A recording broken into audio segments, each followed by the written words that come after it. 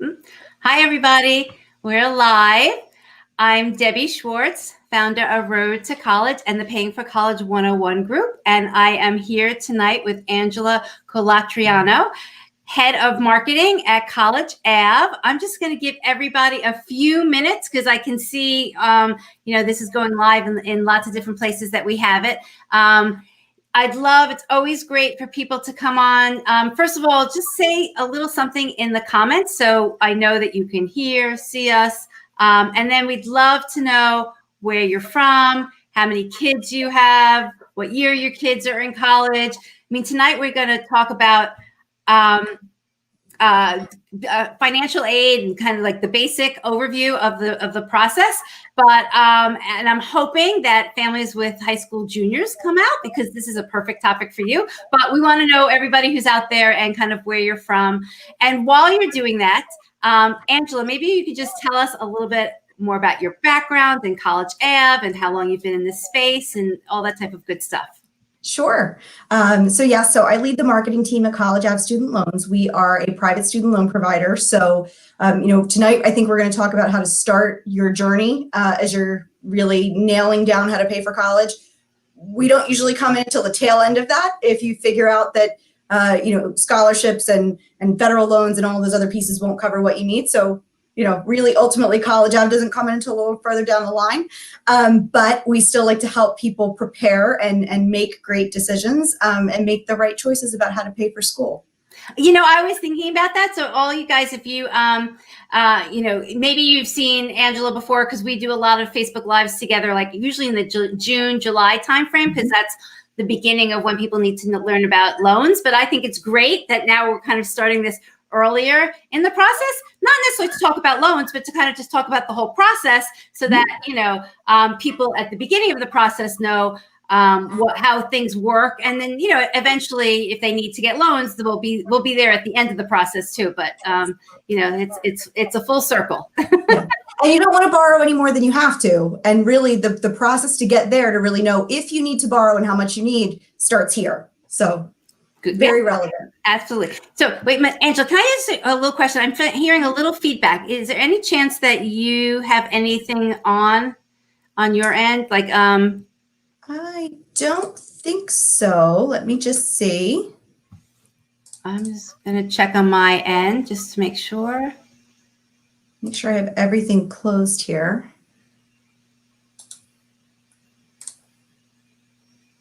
I don't know if that helped. Okay. Did that help? We'll see. I think it might have been. Okay. So we're going to get started. I see lots of people who typed in New Jersey, North Carolina, New York, sophomore from New York. That is a perfect time to be learning about this process. Indiana, Minnesota, Detroit. Wow, I love it. Southern California. So the whole spectrum. Okay, so we're going to get started. As you guys, just housekeeping, you can put comments, your questions in the comments. We'll try and get to as many as we can. A lot of times, if we can't answer all of them, we usually go back and look at them and give you guys answers a little bit later or tomorrow morning. So we're kind of starting at the beginning. This is Financial Aid 101. Angela, you're a professor. No. So we're going to talk about there's different types of aid. So why don't we start off with federal aid and aid that's coming from the government, and what are the different possible aid that you could get from the government? Sure. So let's talk first about all of the aid that you don't have to pay back. That's going to be grants, scholarships, and work study programs. And those are the pieces that you would get awarded that you would not need to pay back. The other piece that you could get from the federal government would be the federal student loans. Those are loans. They will have to be repaid. And really the way that you access all of these things is the FAFSA. That is your starting point. That is, you do not pass go. The FAFSA is where you begin to access any of those things.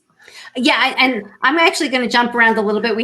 I had this as one of the myths about financial aid. Do I really have to fill out FAFSA?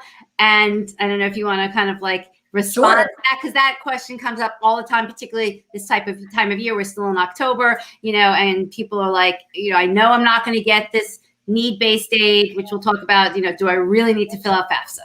Yes. And the answer is yes, absolutely you do. And here's why. So the FAFSA, we always think about it as being the gateway to that federal aid. Only some of that federal aid is need-based. So, the Pell Grant is the most common grant that you hear about. That's need-based. But there are pieces of that those federal financial aid options that are available to you that aren't need-based at all, that you could qualify for just simply because you go to, you're going to college and you're going at least more than half time. So it's not all need-based would be kind of my first answer. So you do want to fill out the FAFSA just flat out to make sure that you access anything available to you from the federal program. The next important piece of that, though, is that the FAFSA actually doesn't just feed the federal program. It also is your gateway to certain state aid.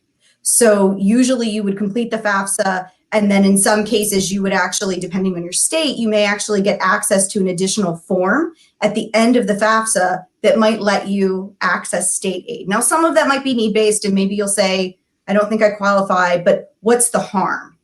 And then finally, I would say, if you're certain that you won't qualify for anything that's need-based, some schools use the FAFSA as your gateway to be considered for merit aid, which is not need-based aid. That's going to be based on other performance criteria or unique things about you or your student. But some schools won't consider you for any type of institutional aid like that if you haven't filled out the FAFSA. So there's really no reason not to do it.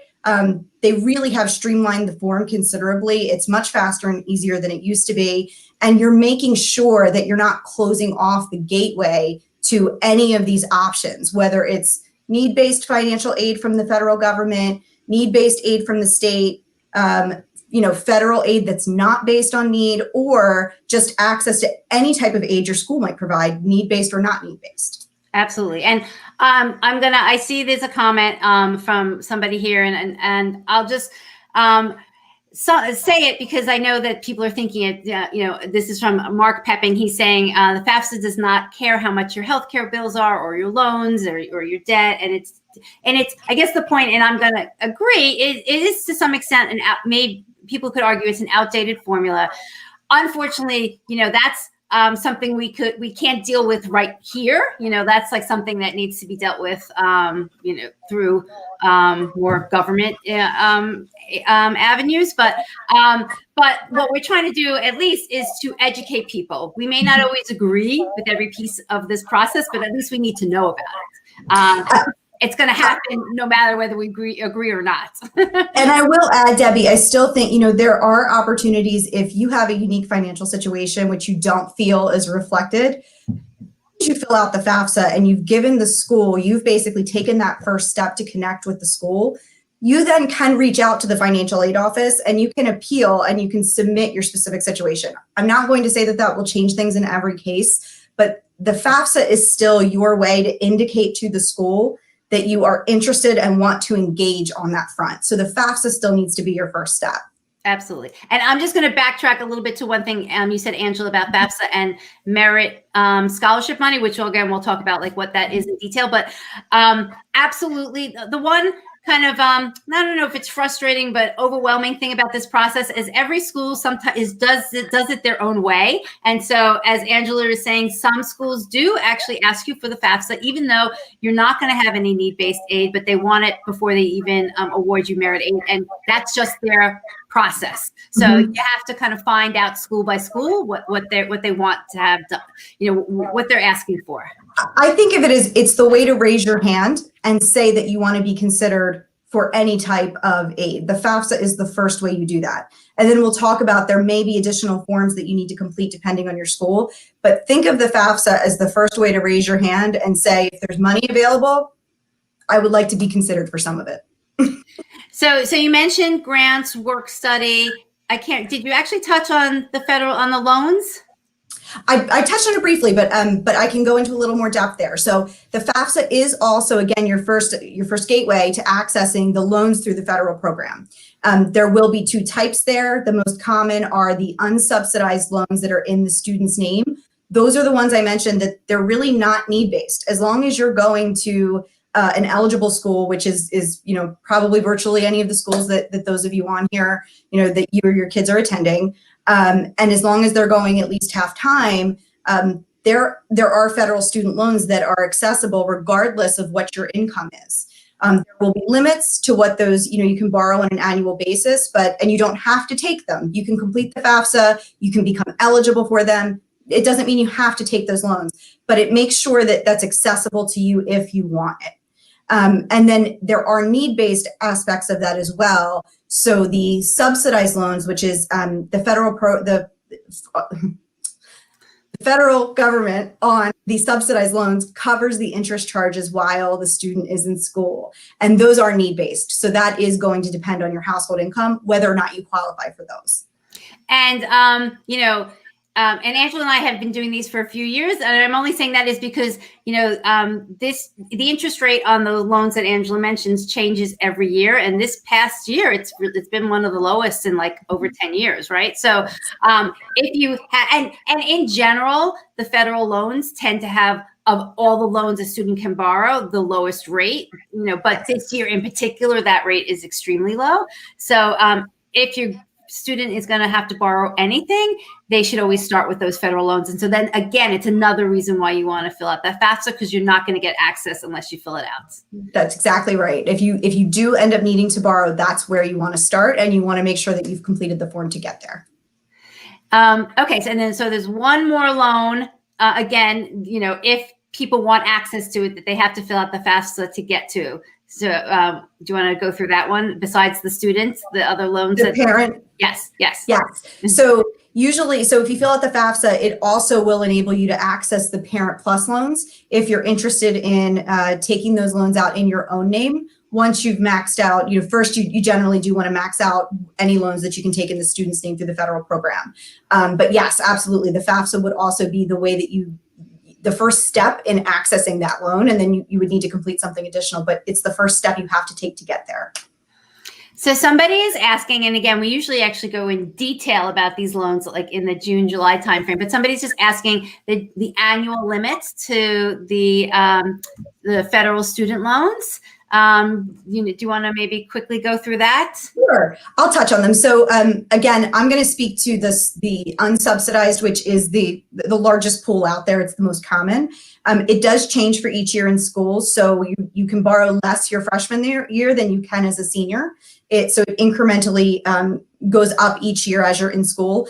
I believe the limit for the freshman is $5,500. I think it goes up to $6,500 for your sophomore year, and then I believe junior and senior year it's $75. Yeah. Years. So it does incrementally. You can borrow a bit more each year as you stay in school, but there are limits.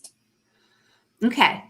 So that was kind of a good description and a good chunk of what you get access to from the federal government. Mm-hmm. But besides the federal government, colleges or the institutions also give out money. And there's two different types of financial aid that they give. And I always find it a little, the terminology is a little like, I don't know, I'm going to use the word messy, because the word financial aid, sometimes people always think that it's related to just somebody who has a huge financial need, but that term is also used, for giving out, non-need based aid. But anyhow, so right. The colleges can also give out money. And so what type of money do they usually give out? So let's start with, so every school's going to be different. And let's start with, even though, again, I just want to reinforce that even though it might be the school that is actually giving the aid, they may be basing it, they're most likely basing that off of the FAFSA or the CSS profile, which we can talk a little bit more about in a minute. So the school determining what they're going to package in the award letter and what kind of aid they're going to offer is going to largely be based on the information that's submitted in the FAFSA, which is again why it's very important as you're interacting with an individual school, regardless of what you think you might qualify for from a federal program standpoint. And then what you will find in that award package, again, it could be scholarships, and that could be institutional scholarships. So it could be money that the school is essentially giving to the student that does not need to be repaid. It could be, you will also see loans packaged on that financial aid award. So again, those federal loans that we talked about, that you are raising your hand for when you complete the FAFSA, you'll actually see them tangibly put in front of you in the award letters from the school. And it is really important to, when you do eventually get to those award letters, to make sure that you understand that breakdown, because you're right, they sort of use that terminology of financial aid, but there are many types of pieces that can fall under financial aid, and some of them have to be paid back and some of them don't. And scholarships, I think, as the ones that don't need to be paid back are probably the most common. And then loans that do need to be paid back would be on the other end of that. Mm-hmm. And so one thing we actually, the three letters that we haven't talked about yet, which is the result of giving your information into the FAFSA, is EFC. So I don't know if you want to kind of talk a little bit about that, and then we can maybe go back to how the colleges use that EFC. Sure. So the EFC is, technically EFC stands for Expected Family Contribution. And essentially, when you fill out the information in the FAFSA, you'll give information such as the number of people in your family, some of your income information off of your taxes, the number of people you have in college, and all of that goes into a formula behind the scenes that then will result in this EFC number, your expected family contribution. The important thing to remember about that number is the number one thing that number is going to do is determine federal aid need-based eligibility. So again, are you going to qualify for a Pell Grant? Are you going to qualify for a subsidized student loan where they cover the interest? That's sort of the number one thing that EFC is going to do. You may or may not pay that amount of money for college. You could pay less, you could pay more. But that's really the number one thing that number, once it is returned, is definitely going to dictate is your eligibility for need-based federal aid. Then it will go to the schools and they will take that into account as they are putting their package together. But it doesn't necessarily mean that you will get a package back from the school that covers all of the cost except for your EFC. They don't necessarily have to cover the full cost beyond your EFC. Exactly. I think that that's sometimes a little confusing to like families first time in this process, is that they, first of all, everybody, I don't know anybody who says, oh, that my EFC was nothing. I was like, yeah, everybody sees the EFC and they probably like drop to the floor because they can't believe that that's what the formula says that they need to pay. But again, that's kind of like another topic and another Facebook Live. But a lot of times, unfortunately, that EFC, A is just the minimum, and B, you end up having to pay more because colleges don't have to, they don't have to give you enough aid to bring it down to your EFC. That's right. That's right. And the other thing to remember too is, again, they will take it into account, but part of the way that they help you cover the cost, again, might be loans. So, again, it doesn't necessarily mean that they're going to discount the price, to come down to your EFC or anything along that line. It could be that part of what gets packaged is federal loans that help you cover the cost of college. Mm-hmm. All of that may or may not add up to the EFC that you received on the FAFSA. Right. So, so it's a kind of a pretty simple formula, but I don't know if you want to maybe explain like how a school determines your financial need. Like, what are they starting with? What are they subtracting? And then, how does that, and then that number ends up being what they say is your need. Sure. So really it starts with the cost of attendance, and cost of attendance is more than just tuition and fees. So think it starts at tuition and fees, but then they will also factor in room and board.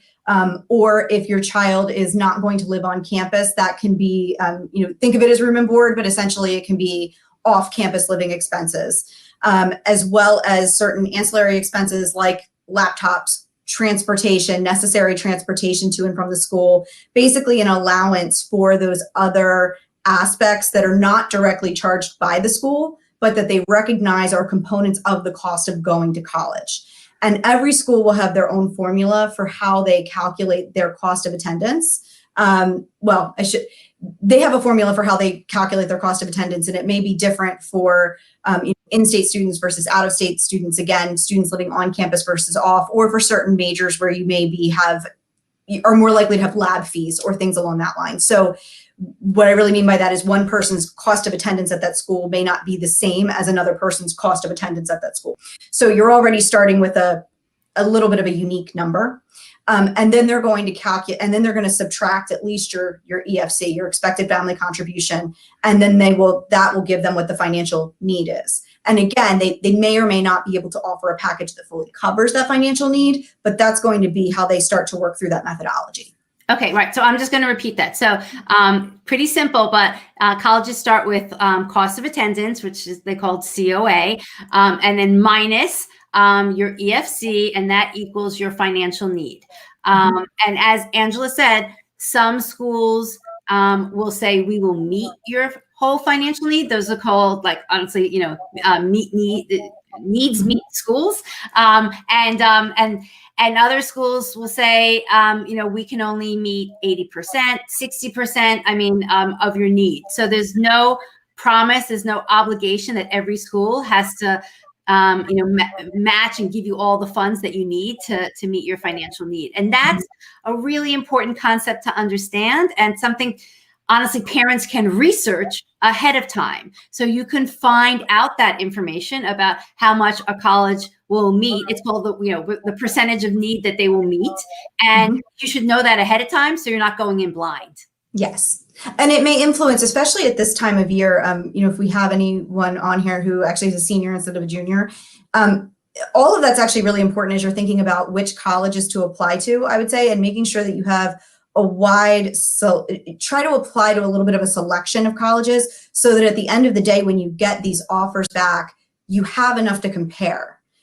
Because you may get something very different. You might look at a college where you say they look like they have a high sticker price, but then if you go through the effort of looking at, well, what's their criteria, what's their selectivity, how does my student fare in terms of that, and then what portion of need is this college likely to cover, it's entirely possible that could be the right answer for your family. So, I think it's important to make sure that you do a little bit of research, and then that you apply to a wide variety of schools, so that you have that opportunity to make comparisons when you get the award letters. Yep. So somebody's asking, how can you find out that information, where they, how much percentage they'll meet of the financial need?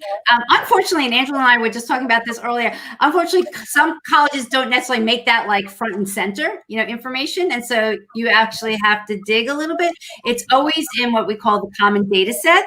It could be on some government websites, College Navigator. So, and quite honestly, if you can't find it, I think there's nothing wrong calling the financial aid office and asking. Absolutely. Okay, so that was kind of covered need-based aid. Do you want to touch on merit-based aid that colleges might also give?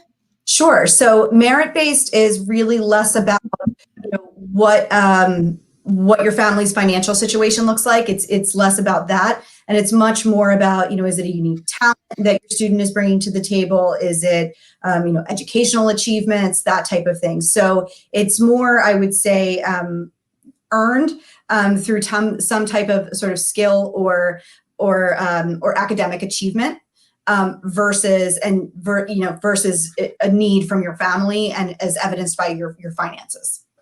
Right. So that actually, in theory, but then, as Angela mentioned earlier, it may or may not, it doesn't necessarily depend on your FAFSA, but sometimes colleges ask you to still fill out the FAFSA. And the reason why they do it is they want to make sure you aren't eligible for any need-based aid before they might consider you for merit aid. And that's absolutely right.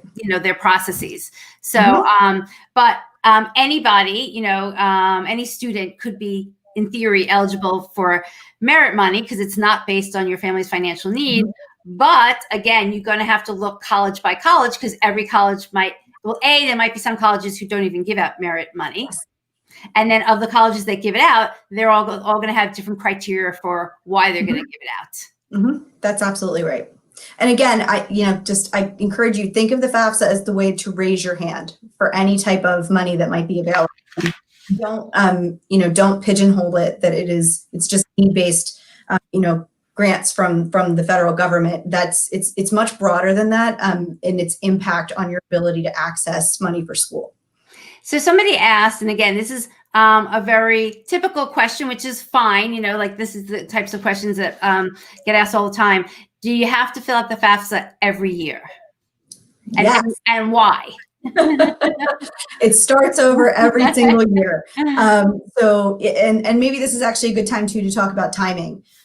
So, you know, we are in October, and on October 1st, the new FAFSA opened. And really what that means is if you have a student who's entering school in the fall of 2021, so roughly a year from now, that's your FAFSA. And it will actually take tax information from 2 years ago is what you will use to fill that out. And you do want to fill it out as early as you can, because some aid is first come, first served. So if you have a student who's entering college next fall, that's your FAFSA that's available right now. Debbie, I got off track. What was I answering? Why do you need to fill it out every year, and why? Yes, sorry. Yes, so it does, it resets, so to speak, every single year. So you do need to fill it out every single year for that upcoming academic year. So what you should think is every October, if you're going to have a student in school that next fall, you have a FAFSA that you need to complete. You know, and it can be a positive thing for you as well, because it's giving them an accurate view of your finances, or a more up-to-date view of your finances as you're moving into that next year. So, you know, think of it, you know, as a potential positive. If you have multiple students who are going to end up being in school, you want them to have that updated information, you know, as you have that next kid entering. You want them to know you now have 2 students in school. So you do fill it out every single year. It resets every single year. Okay, I'm just clarifying.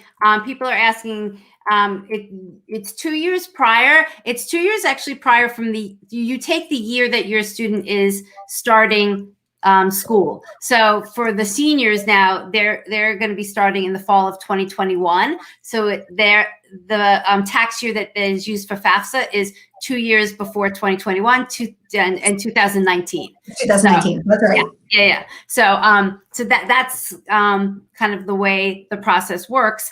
And you know, if you're getting a better understanding of FAFSA and the process and what it gives you, what types of money it gives you access to, you maybe start to understand that it does make sense why you would need to fill it out every year, because every year you want to kind of, as Angela said, I like that term, kind of raise your hand and say, I want to have access to federal funds, and it might be federal loans. So, you know, just because you filled out FAFSA for your freshman year, you need to keep telling the school and the government, I want that loan, my student wants that loan, you know, sophomore year and junior year or in senior year. So that's the reason why you have to continue to fill out FAFSA.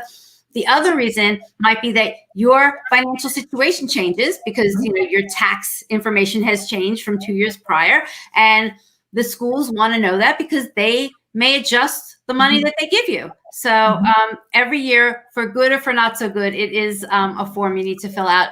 And it is a process that the school's going to go through in kind of looking at that information and making new decisions. Yes. And I will just stress again, it's the way that you're opening the conversation with the school. It's the way you're raising your hand. Particularly, you know, you are using tax information at this point that something may have changed between now and then.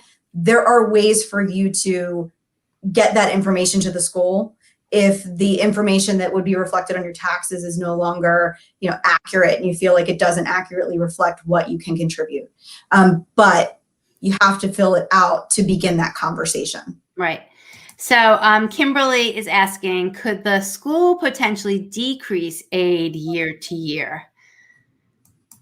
So aid is determined on an annual basis. I think that's a great question to ask each individual school, what they typically do. And I think, you know, particularly, I think what you want to understand is what portion of need do they typically cover? Because, you know, that you could, you know, probably say that they will potentially hold their policies, so to speak. But I think you do want to understand if they're granting a merit scholarship or something along that line. You know, are there hurdles that, you know, are there GPAs that they need to maintain? Are there ways are there things that the student needs to do in order to maintain access to that? And then again, just ask the school, is this something that we can expect if we get this freshman year, what should we expect sophomore year, junior year, senior year? And again, I would say that it sort of depends on the type of aid, and that's why it's a good conversation to have directly with the school specifically and make sure you understand what the likelihood is that you can depend on that year after year. Right, right. So Kimberly, that's a great question. And as Angela said, if it's merit aid, you should look at all of the details, when your student gets awarded that money, to understand what are the requirements for that merit money to be renewed every year. And in a lot of cases, it is a GPA. So you want to make sure that your student can basically make that GPA, because if you're relying on that money to pay for college, you want to make sure it's there year after year. And then the need-based aid, it may change because your financial situation may change. So that's why it may change year to year. Okay. So you actually, you mentioned CSS profile, but maybe didn't talk enough about it. Sure. So, we've talked a lot about the FAFSA. It's always the first step. In some cases, you may need to take additional steps or complete additional forms to be eligible for aid. And the CSS profile is probably the most common second form that you will run into. So the most important thing I would say is it doesn't replace the FAFSA. You should still complete the FAFSA. But then in addition, certain schools will ask you to fill out the CSS profile. I think it's about 400 schools that use it. It tends to be more private schools, but that's not exclusively true. It does usually ask for additional information. So usually you will need to go into more detail on the CSS profile with your financial situation. But you will need to fill that out if you're going to a school that requires it. And you can actually, if you go to the website for the CSS profile, the College Board's website for the CSS profile, you can look up which schools will require that. You do also have to pay to fill out the CSS profile. So I want to say it's $25 for the first school, and then it's a reduced amount for each school after that you want to have the profile sent to. Double check that on the website, but certainly there is a fee for that, while there is no fee for the FAFSA. And do families need to fill out both for those schools that are asking for the CSS profile? Yes, so you should always do both. Again, I just can't stress enough, you always start with the FAFSA, but then definitely figure out if you need to complete the CSS profile. And make sure you know what your school's deadlines are for all of those forms, by the way. Another piece we can touch on in a minute. That's actually a really good point, especially this time of year. Maybe if you want to, talk a little bit about deadlines, because it's going to vary. It is. You really need to go to each individual school and look at their deadlines. The federal deadline in terms of when the FAFSA will close or when the CSS profile would close, so to speak, those deadlines are set very far out. It's most often going to be dictated by your school when they need you to have the form in. In addition, we talked a little bit about some of that state aid that can come sort of attached to the FAFSA, so to speak. Each state also has their own individual deadlines. So I would recommend, what state you live in, outline which schools you want to apply to, and then make sure that you go and check the dates for your state of residence and for your schools that you want to apply to for these forms, to make sure you hit their dates, because they are all different. And you have to get them directly from the school or from the state information. And then the last form too, Debbie, that I'll just mention as we're talking about making sure that you hit those critical deadlines. It is also possible, although less common, I would say, because most schools will be covered by the FAFSA or the CSS profile. It's possible that the school would actually ask you to complete their own form to apply for institutional aid. So, it doesn't hurt to just double check every school that you want to apply to, that you know which forms they need and when they need them by. And let me also just emphasize again, because of the time of year that we're in, if your student's applying early decision, early action, they might have different deadlines, financial aid deadlines for applying early than when they do if you're applying regular decision. So I've seen it with personal friends who kind of applied early decision and just thought that the regular financial aid deadlines applied, and then they missed them. So you don't want to be in that situation. Okay. Let's see.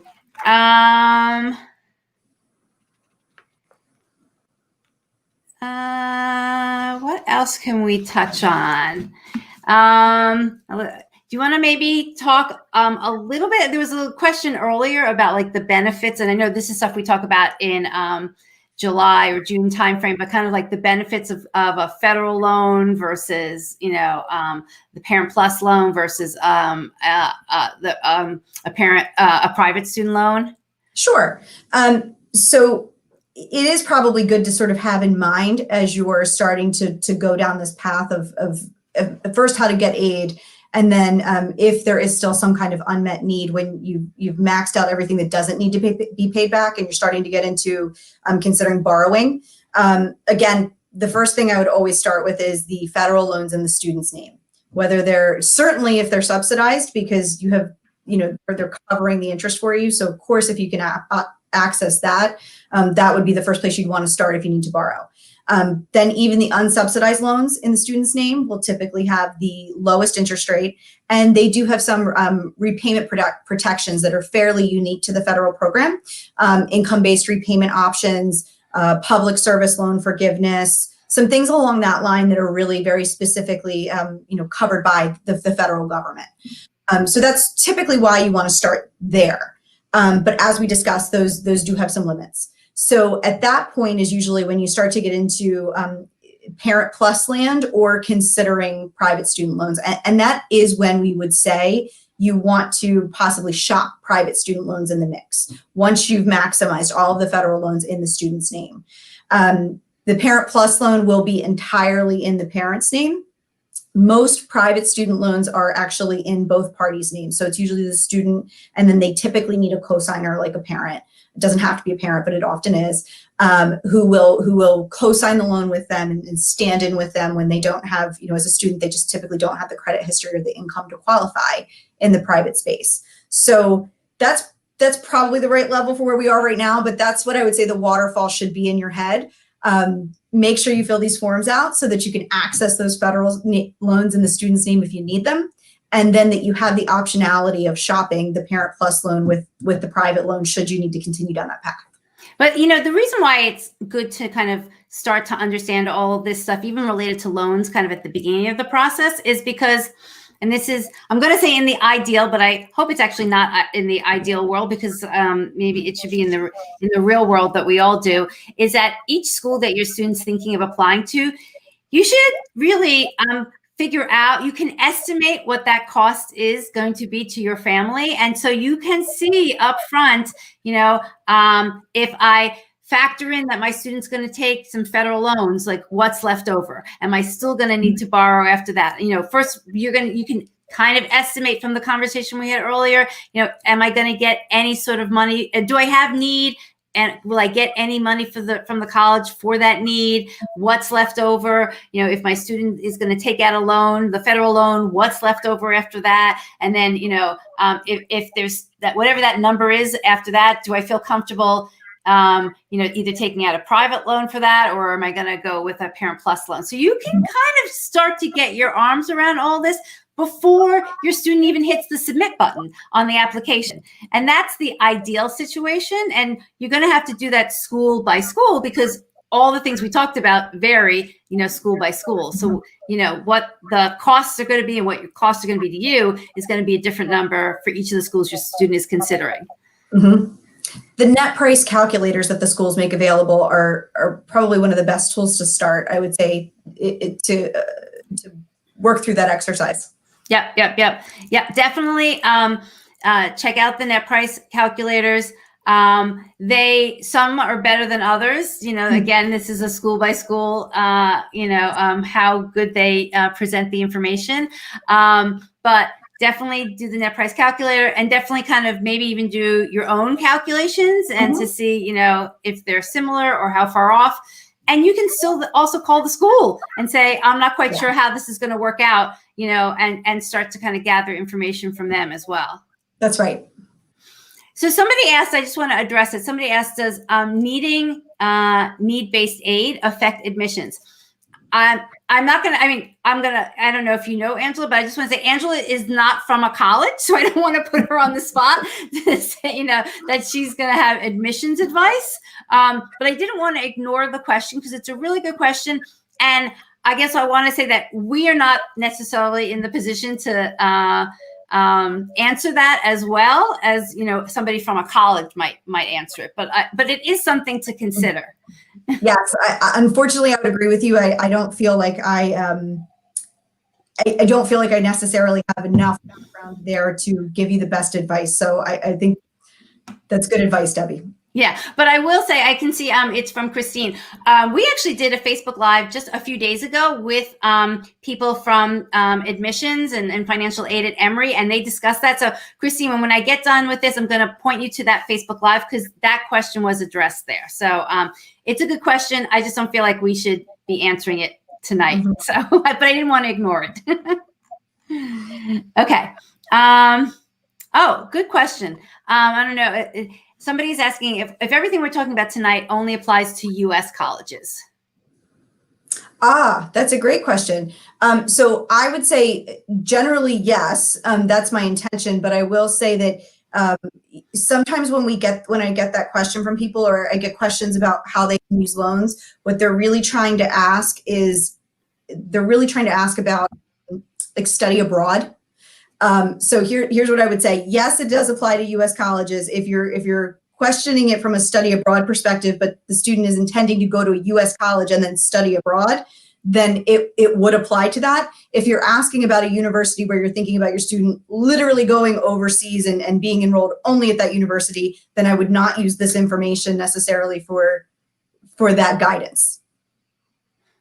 Another question here is, for the private loans, since the student may not have credit history, do they rely on their parents' credit record? So that is usually why there's a cosigner with the student. And yes, for the most part, it is relying on the cosigner's credit history. So it would rely on that other individual who is coming to the table with the student who has income and established credit, for the most part, yes. And that's honestly, in most cases, why most private student loans have to have a cosigner. There's very, very few that, at least in freshman year, that a bank's going to give you without a cosigner. That's right. Okay, another good question. Can a student qualify for both subsidized and non-subsidized loans under the student's name? Yes. So when I gave you those figures before on the annual limits for the student loans, basically so let's just take freshman year as the example that you could qualify for $5,500. A portion of that, a smaller limit than the $5,500, can actually be subsidized. I don't remember exactly what the limit is, but essentially it's a subset of that annual amount that can be the unsubsidized portion, or sorry, the subsidized portion. And then if you maximize that, but you still need more, you could borrow up to that full amount, and a piece of that would be subsidized and a piece would be unsubsidized. And again, that's actually something that varies school to school, because they're going to determine what that split is. So at one school, you might get slightly less in subsidized versus another school. So pay attention, when you get those award letters back.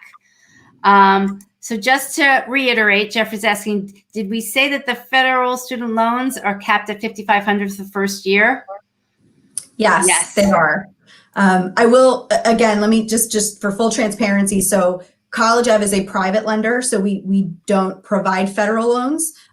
So I would also encourage you that if you're interested in that product, studentaid.gov, which is the federal website, is your best friend. And we'll give you more detail on that front, but yes, that is accurate. Okay, just looking through all of these good questions. Okay, here's pretty simple one. Is completion of FAFSA a requirement of completing CSS profile? They're not directly linked. Right. You don't have to, they're not linked in such a way where you have to have the FAFSA done in order to complete the CSS. But I would encourage you that from the college's point of view, they probably want both, and or you would want to do both so that you can make sure you access everything that's available to you. But one is not necessarily dependent on the other. You don't have to do them in that particular order or anything along that line. Yeah, and here's a similar question, but slightly different. Kirsten is saying there's no EFC after the CSS profile. You only get the EFC from filling out the FAFSA, which is what Angela was saying, and that's why you would want to do the FAFSA so you see what your EFC is. Mm-hmm. Okay. And you know what? And I know that there's a lot of questions here, and I don't want to, I am skipping them over, but I'm not ignoring them because people are asking very specific questions about like, how do you answer this question on the CSS profile? And so that's more detailed than what we were going to go into tonight. But again, as soon as we get off, we did a Facebook Live about the CSS profile. So I'll put the links into that and so you'll be able to get answers to these questions. It's just a little bit more, at a different level than we're going into tonight. Let's see, what's this question? Your home state gives you money for an out-of-state school if you don't need aid? Not sure about that one. Julia, maybe if you want to go back and write it a little bit more clearly. I'm not quite sure if we know what you're asking.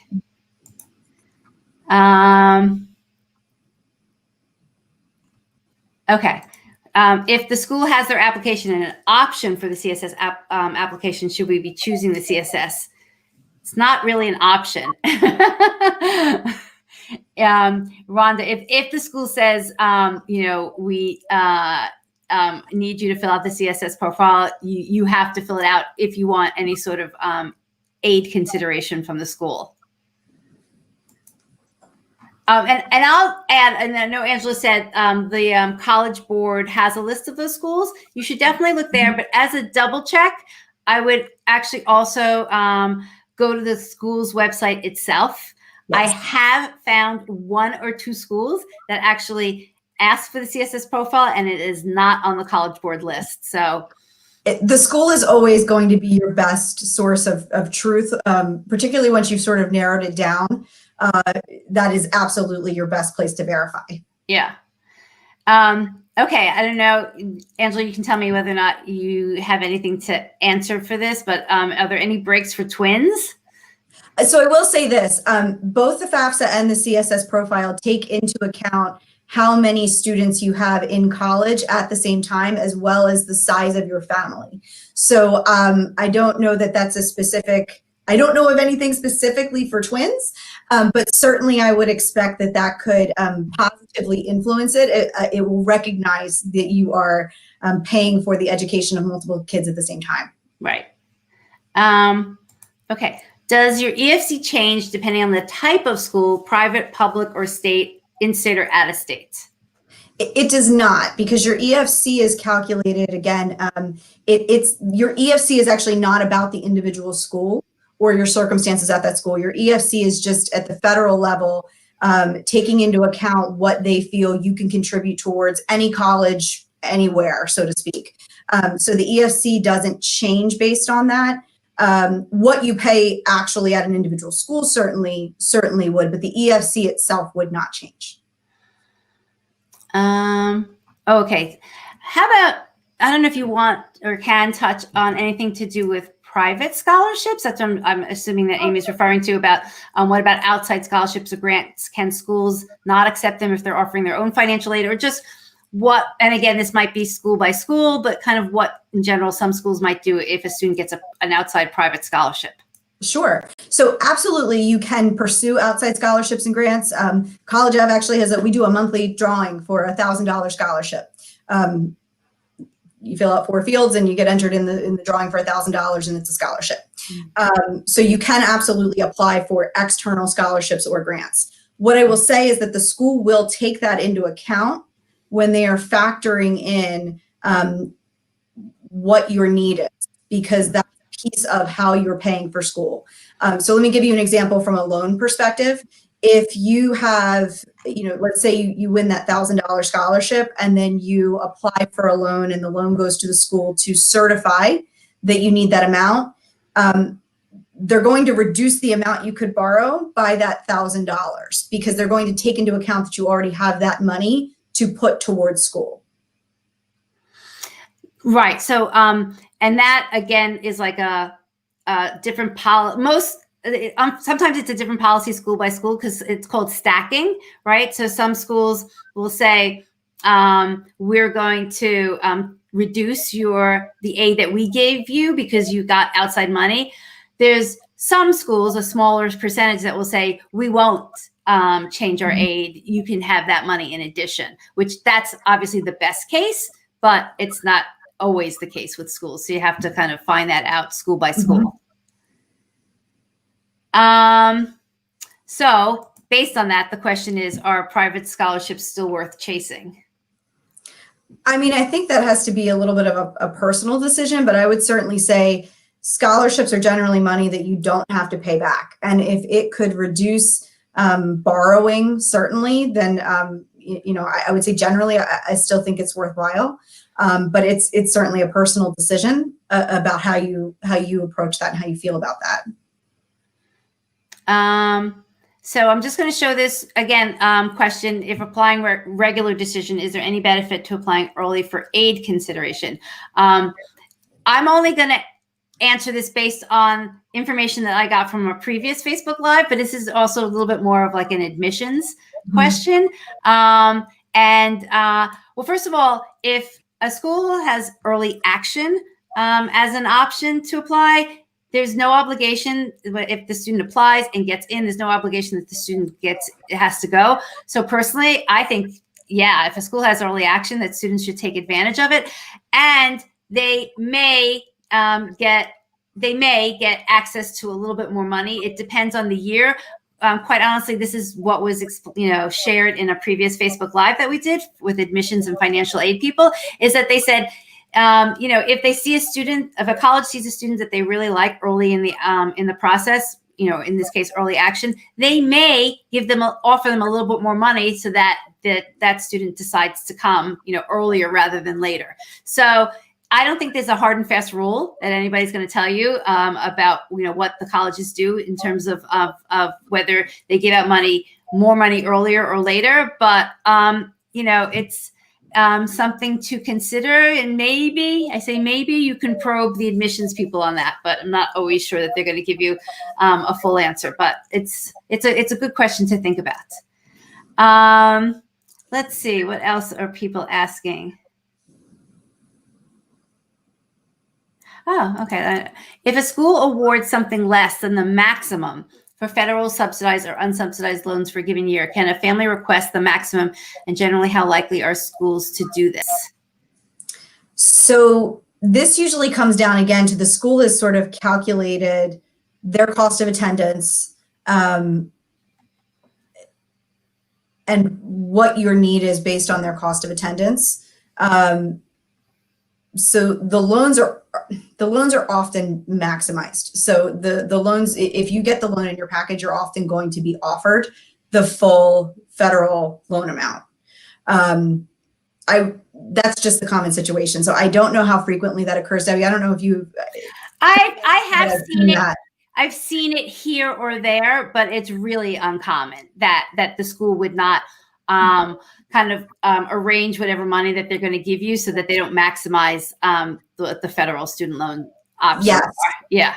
Yeah. So if for some reason you don't see that and you feel like let's say I gave you that $5,500 cap for the first year and you feel like they only give you $2,000 or something, I would say certainly it's a question worth asking the financial aid office to better understand, but I don't frequently see that. Usually you would see the maximum amount available offered to you. Yeah. And I guess actually what this also, points out is when you get that offer, first of all, at that point in the process, a school has accepted your child, right? And they're interested in having your child come. They've given you a financial aid offer. If you've got any questions about it, you should not feel, badly about calling the school and have them walking you through it or asking some of the questions you're asking here. I mean, you should feel comfortable understanding what money they're giving you, what money's a loan, what money you don't have to pay back, what money's going to be renewed year after year. You should understand and feel comfortable with all of that before you make a decision. Mm-hmm. So It's almost an hour. I think we hit on a lot of really, really good topics. We probably kind of went beyond our actual like pure basics. You know, I appreciate everybody's questions here. I don't know, Angela, if you have any sort of words of wisdom, since we're at this time of year, you know, like talking to families as opposed to, you know, the summertime, you know, just from like your perspective. Yeah, I think it's probably just a reiteration of two things I mentioned earlier. And one is, I would say, you know, make sure you're casting a wide net in your college applications so that you have a broad variety of offers to compare. And when I say a wide net, that could be in-state, it could be out-of-state, public and private schools, you know, schools that perhaps are more likely to meet a high proportion of need or all need. I mean, think of that from a variety of ways so that hopefully what you get back are a variety of offers that you can then compare and contrast. And then on top of that, fill out the FAFSA. There's just no reason not to. And, you know, we hear a lot, I won't qualify for anything. I don't need to do it. Just fill it out. Yeah, actually, Angela, I love that advice because I think it's so important for people to hear that now is have options. And the only way you're going to have options in the, you know, April, May timeframe when your child needs to make decisions is if you do the research now and they apply to a range of schools now. That's right. That's right. So that's great advice. Well, thank you, Angela. It was always fun talking through these topics. Lots of great information from you, lots of great questions from everybody out there. And I kind of feel like this is just the beginning of the year. We'll be like, you know, having a lot more discussions about this, and there's a lot of phases left to the process. That's right. It's always great to see you, Debbie, and happy to be here. Well, great. Well, thank you. Thanks, everybody. See you again soon. Thanks, everyone. Bye.